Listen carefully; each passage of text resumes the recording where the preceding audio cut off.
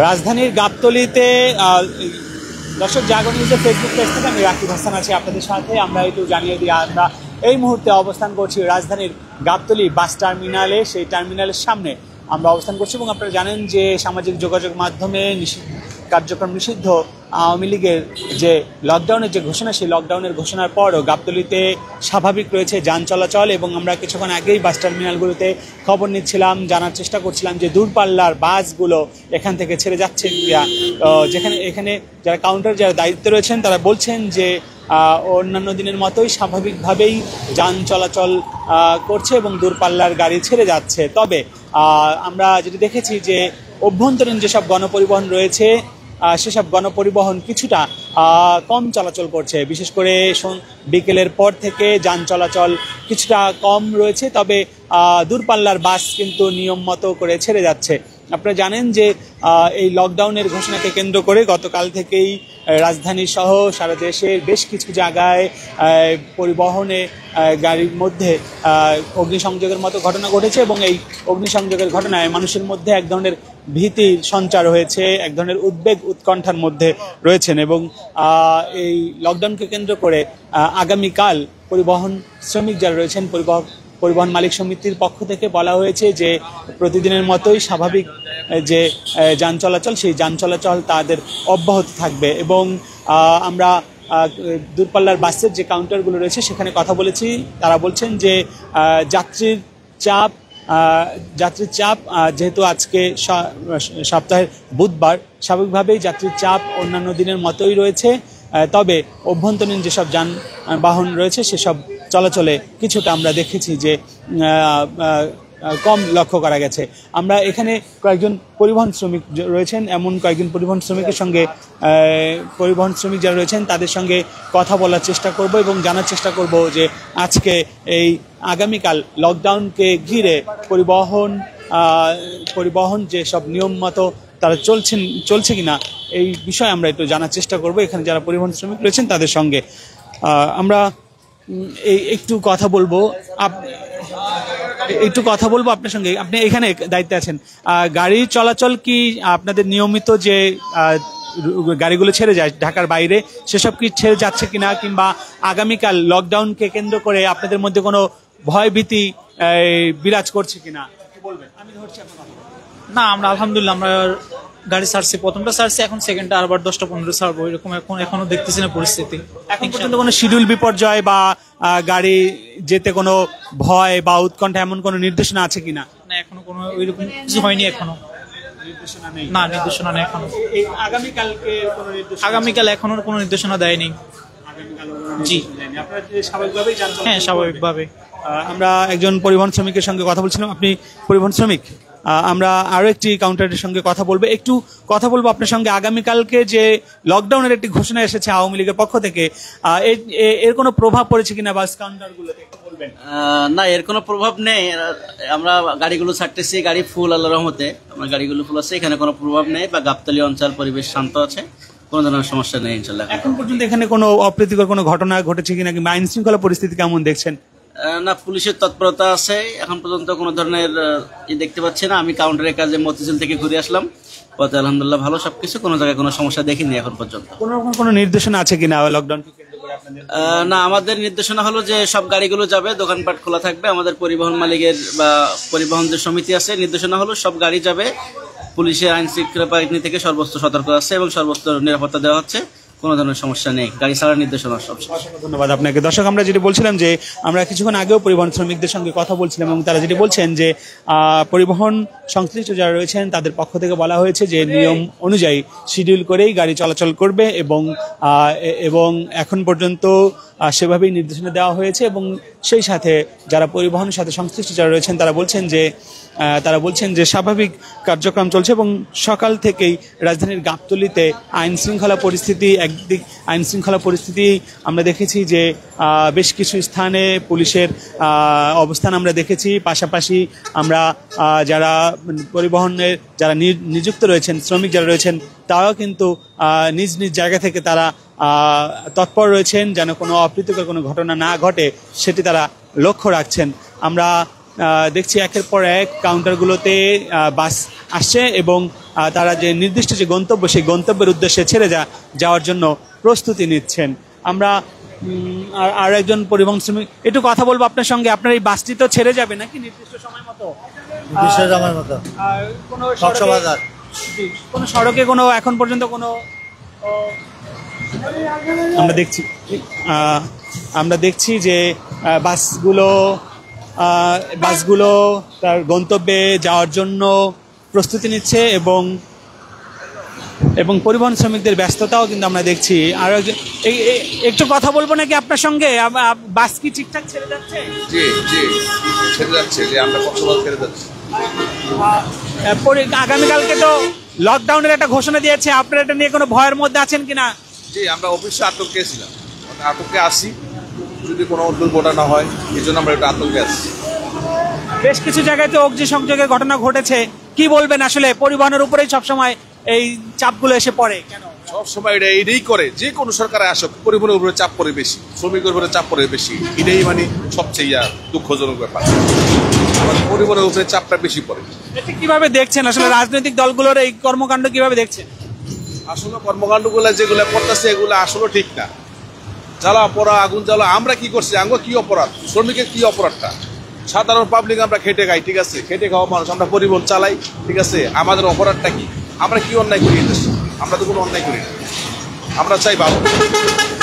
দর্শক, আমরা দেখছেন যে একের পর এক বাস কিন্তু তাদের নির্দিষ্ট গন্তব্যে ছেড়ে যাচ্ছে এবং যারা পরিবহন সংশ্লিষ্ট যারা রয়েছেন তারা বলছেন যে কোনো রকমের আন্দোলন সংগ্রামেই কিন্তু এই পরিবহনের ওপরে এই প্রেশার, পরিবহনের ওপরে এক ধরনের পরিবহন সেক্টরে এক ধরনের যে প্রেশার বা রাজনৈতিক যে চাপ বা এই সহিংসতা, সেটি কিন্তু এসে পরিবহন সেক্টরে এসে প্রভাব পড়ে এবং এর ফলে যেটি হয় যে তাদের যে রুটি রুজির যে ব্যবস্থা, সেই ব্যবস্থায় কিন্তু এক ধরনের ভাটা পড়ে। আমরা যদি দেখাই যে গাবতলীতে এই মুহূর্তে গাবতলী যে প্রবেশদ্বার যেটি রয়েছে সেখান থেকে কিন্তু গাড়িগুলো প্রবেশ করছে, অসংখ্য গাড়ি প্রবেশ করছে এবং একই সঙ্গে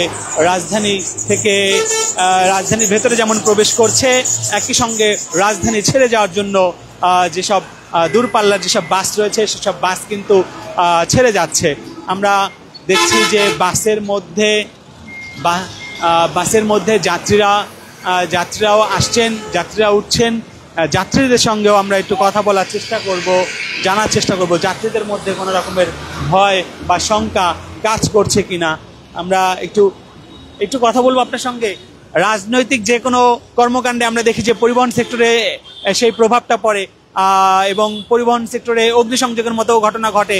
এটি নিয়ে আপনারা কোনো ভয়ের মধ্যে আছেন কিনা? আগামীকাল ইনশাল্লাহ কোনো ভয়তে নাই, আমরা আগে সব গাড়ি ছেড়ে যাচ্ছে। হ্যাঁ, নিয়মতান্ত্রিক ভাবে গাড়ি চলে। এই যে আপনাদের উপরে যে এসে ঝামেলাগুলো পড়ে, এটি নিয়ে কি বলবেন? এই পর্যন্ত তো ঝামেলা পাই নাই কোনো জায়গায়। রাজধানী সহ বেশ কিছু জায়গায় অগ্নিসংযোগের ঘটনা ঘটেছে, এটি কি বলবেন? আমরা পাই নাই কোনো জায়গায়। আপনারা পান নাই এখনো? ওকে, আমরা আপনার সঙ্গে একটু কথা বলবো। আপনি পরিবহনের সাথে যুক্ত, এই যে কোনো লকডাউন কিংবা হরতালের মতো কর্মসূচিতে পরিবহন সেক্টরের মানুষের উপরে একটা প্রভাব পড়ে, আপনাদের তো রুটি রুজির উপরে আঘাত পড়ে, এটি নিয়ে কি বলবেন? কি বলবো, বলার কিছু আছে নাকি? আগ্রহ মানুষ, আমরা তো পরিবহন শ্রমিক, নির্যাতন সব জায়গায় হতে হয়। মানে যেই সরকারি আসুক না কেন আপনাদের উপরে আন্দোলনের চাপটা পড়ে। এখন গেলেও আমরা, না গেলেও দোষ, গেলেও দোষ। কারণ আমরা কোম্পানি কাজ করলে যাইতে হয়, পাবলিক জনগণ রাস্তাঘাটে গ্যাঞ্জাম করে মাইক করে। আপনি কি মানে ভয় বা উৎকণ্ঠার মধ্যে আছেন কিনা? হ্যাঁ, তা তো অবশ্যই। অসংখ্য ধন্যবাদ। আমরা কয়েকজন পরিবহন শ্রমিকের সঙ্গে কথা বলছিলাম, তারা সবাই কিন্তু একই কথা বলছেন যে মূলত এই আন্দোলন সংগ্রামকে কেন্দ্র করে আমরা যেটি দেখি যে পরিবহন সেক্টরে এসে সেই প্রেশারগুলো পড়ে এবং পরিবহনের সঙ্গে যারা যুক্ত রয়েছেন, যাদের এই পরিবহনের মাধ্যমেই রুটি রুজির ব্যবস্থা হয়ে থাকে, তারা কিন্তু বলছেন যে এইসব আন্দোলন সংগ্রাম থেকে কিছুটা পিছিয়ে আসা উচিত এবং শান্তিপূর্ণ আন্দোলনের মাধ্যমে আন্দোলন করার আহ্বান তারা জানিয়েছেন। আমরা যদি একটু দেখাই যে গাবতলীর যে ভেতরে যে প্রবেশ দ্বার যেটি রয়েছে আমিন বাজারের দিক থেকে, যেটি গাবতলীতে প্রবেশ করেছে টেকনিক্যাল মোড় পর্যন্ত, প্রায় প্রত্যেকটি স্থানে আমরা দেখেছি যে দূরপাল্লার গাড়ি এবং একই সঙ্গে কাভার ভ্যান, ট্রাক, ছোট ছোট বাস সবই আমরা দেখতে পাচ্ছি। শুধুমাত্র অভ্যন্তরীণ যেসব গণপরিবহন রয়েছে তা কিন্তু আমরা দেখছি কিছুটা কম, এবং ব্যক্তিগত যানবাহনের সংখ্যাও কিন্তু অনেকটাই কম আমরা দেখতে পাচ্ছি। তো আমরা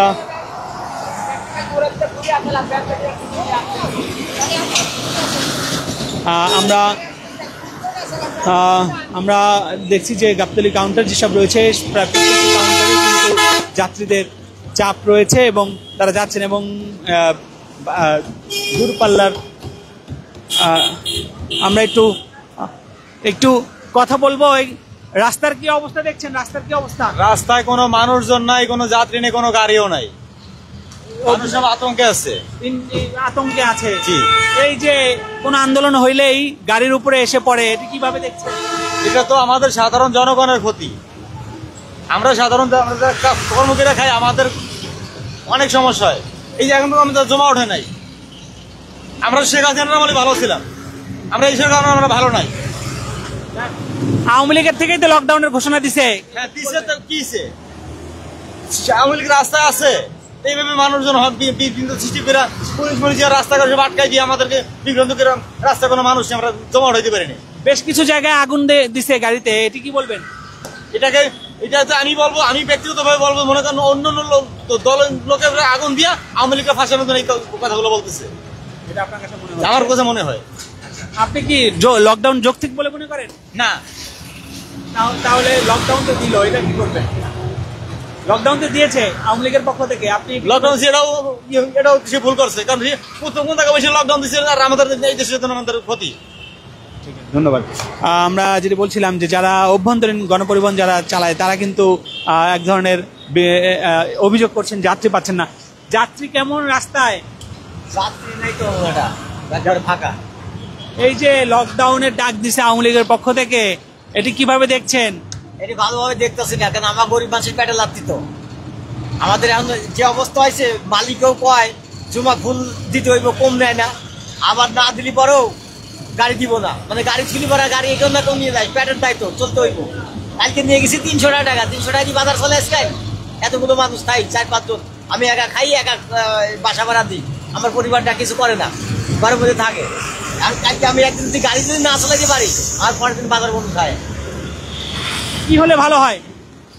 আমার হিসাবে ইলেকশন যদি হয়ে যায়, যে কোনো একটা সরকারি সবচেয়ে ভালো হয়। ঠিক আছে, ধন্যবাদ। সাধারণ মানুষের পক্ষ থেকে যেটি বলছেন যে মূলত এই সব আন্দোলন সংগ্রাম তারা চান না, এবং একই সঙ্গে তারা বলছেন যে একটি সুস্থ স্বাভাবিক পরিবেশ ফিরে আসার জন্য নির্বাচিত যে সরকার, সেই নির্বাচন এবং নির্বাচিত সরকার এলেই তারা মনে করছেন যে হয়তো সকল সমস্যা বা আন্দোলন সংগ্রাম অনেকটাই থিতু হয়ে যাবেন বলে তারা বিশ্বাস করেন। আমরা এখানে যারা যাত্রী রয়েছেন এমন 1-2 জনের সঙ্গে কথা বলার চেষ্টা করব, আমরা একটু জানার চেষ্টা করব তারা কোথায় যাবেন। একটু আপনাদের সঙ্গে কথা বলবো। আপনারা কোথায় যাবেন? কক্সবাজার। কেন? যাই না, ঘুরতে যাইতেছি ফার্স্ট টাইম। আচ্ছা, কালকে তো লকডাউনের ঘোষণা দিচ্ছে, আপনাদের মধ্যে কোনো ভয় বা ভীতি কাজ করছে কিনা? এটা তো করতেছে, স্বাভাবিক করতেছে, তারপরেও যাচ্ছেন এই ভয়ের মধ্যে। আচ্ছা, কিভাবে দেখছেন এই যে রাজনৈতিক এই কর্মকাণ্ড, কিভাবে দেখছেন? রাজনৈতিক কর্মকাণ্ডগুলা মানে এখন যে চলতেছে, খারাপ পর্যায়ে চলতেছে সবগুলা, ওইটা দেখতেছে। কি চান আপনারা সাধারণ মানুষ? চাইতেছে সব মানে এসব না হোক, এসব মানে সুস্থভাবে থাকুক সবাই, এটাই চাইতেছে। ধন্যবাদ। আমরা যাত্রীদের সঙ্গে কথা বলছিলাম। আপনি কি পরিবহনের সাথে যুক্ত? একটু বলবেন, এই যে কোনো আন্দোলন সংগ্রাম হলেই সে গাড়ির উপরে এসে পড়ে, গাড়ি বন্ধ, জ্বালাও পোড়াও, আমরা দেখেছি যে বেশ কয়েকটা জায়গায় অগ্নিসংযোগের ঘটনাও ঘটেছে এর মধ্যে। কিভাবে দেখছেন আপনারা? আপনারা কি চান? আসলে আমরা পরিবহন স্টাফরা কখনোই চাই না যে রাস্তায় এরকম দুর্ঘটনা হোক বা এর বিপদ আপদ হোক। আমরা সবসময় চাই যে আমরা নিরাপদে গন্তব্যে পৌঁছাই, আমাদের যাত্রীদের নিরাপদে পৌঁছাই। কিন্তু দুর্বৃত্তরা যারা এই কাজগুলো করতেছে আসলে ঠিক না। এরপরেও আমরা যথেষ্ট সচেতন আছি, যেহেতু সামনে একটা নাশকতার আশঙ্কা চলতেছে। ইনশাল্লাহ ঢাকা থেকে কক্সবাজারের উদ্দেশ্যে যাচ্ছি, ইনশাল্লাহ চেষ্টা করবো রাস্তার খবরাখবর সব আপডেট খোঁজ খবর নিয়ে সহি সালামতে পৌঁছানোর, ইনশাল্লাহ। নিরাপত্তার জন্য অতিরিক্ত কোনো ব্যবস্থা কি আপনাদের আছে, যে তাৎক্ষণিক ফোন করা আইন শৃঙ্খলা বাহিনীকে কিংবা আপনাদের? অবশ্যই আমাদের যে কোনো সমস্যা বা যে কোনো আমাদের ত্রুটি মনে হলেই যে আমাদের পুলিশের কল সেন্টার 999 আছে, আমরা সেখানে অবশ্যই ফোন দিব। আর রাস্তায় তো অবশ্যই আমরা পুলিশের নজরদারি বেশি দেখতেছি, পুলিশ প্রশাসন রাস্তায় আছে, যেই মেন গুরুত্বপূর্ণ এলাকাগুলা সেখানে পুলিশের নজরদারি আছে। ইনশাল্লাহ আশা করি সহি সালামতে আমার গন্তব্যে পৌঁছাইতে পারবো, এটুকু আশা করি। এই যে পরিবহনের উপরে এসে আঘাতটা পড়ে, এটি কিভাবে দেখছেন? এতে তো আপনাদের রুটি রুজির সমস্যা হয়। তা আমাদের অনেক সমস্যা হয়, পরিবহনের উপরে এসে আঘাত করে, পরিবহন জ্বালায় দেয়, পুড়িয়ে দেয়, এগুলো আমাদের অনেক সমস্যা হয়। এগুলো তো ঠিক না, পরিবহন দেশের সম্পদ পোড়ানো ঠিক না। একটা মালিক 1 কোটি 1.5 কোটি টাকাতে গাড়ি নামায়, এই গাড়িগুলো পুরাই দিচ্ছে, যারা পুরাচ্ছে তাদের উপরে পুলিশ অ্যাকশন নেয়। এই আপনাদের মালিক পক্ষ থেকে কোনো নির্দেশনা আছে গাড়ি কালকে চলবে নাকি বন্ধ থাকবে? না, এমন কোনো নির্দেশ নেই, গাড়ি চলবে না কালকে, এরকম নির্দেশ দেয় নাই। তারপরে গাড়ি সবাই ভয়ে ভয়ে ছাড়তেছে, অনেক পরিবহন দেখেন যায় নাই, টিপ অমিট করে দিছে। আমাদের অগ্রিম টিকিট বিক্রি করা আছে, এই জন্য আমাদের গাড়িটা ছাড়া লাগছে। যাত্রীর চাপ কেমন? যাত্রীর চাপ অনেক। অসংখ্য ধন্যবাদ আপনাদের। দর্শক, আমরা যেটি বলছিলাম যে যাত্রী এবং পরিবহন সংশ্লিষ্ট যারা রয়েছেন তাদের সঙ্গে কথা বলছিলাম, তারা যেটি বলছেন যে মূলত এই আন্দোলনকে কেন্দ্র করে মানুষের মধ্যে এক ধরনের ভীতি সঞ্চার যেমন একদিকে হয়েছে, ঠিক তেমনি অন্যদিকে এই ভয়কে উপেক্ষা করেই তারা কিন্তু তাদের গন্তব্যে ছুটে চলছেন। এই ছিল আমার কাছে রাজধানীর গাবতলী থেকে আওয়ামী লীগের যে লকডাউনের যে কর্মসূচি, সেই কর্মসূচির সর্বশেষ পরিস্থিতি। আমরা আবারও আপনাদের সঙ্গে যুক্ত হব অন্য কোনো বিষয় নিয়ে। সে পর্যন্ত সবাই ভালো থাকবেন, সুস্থ থাকবেন, জাগো নিউজের সঙ্গেই থাকবেন।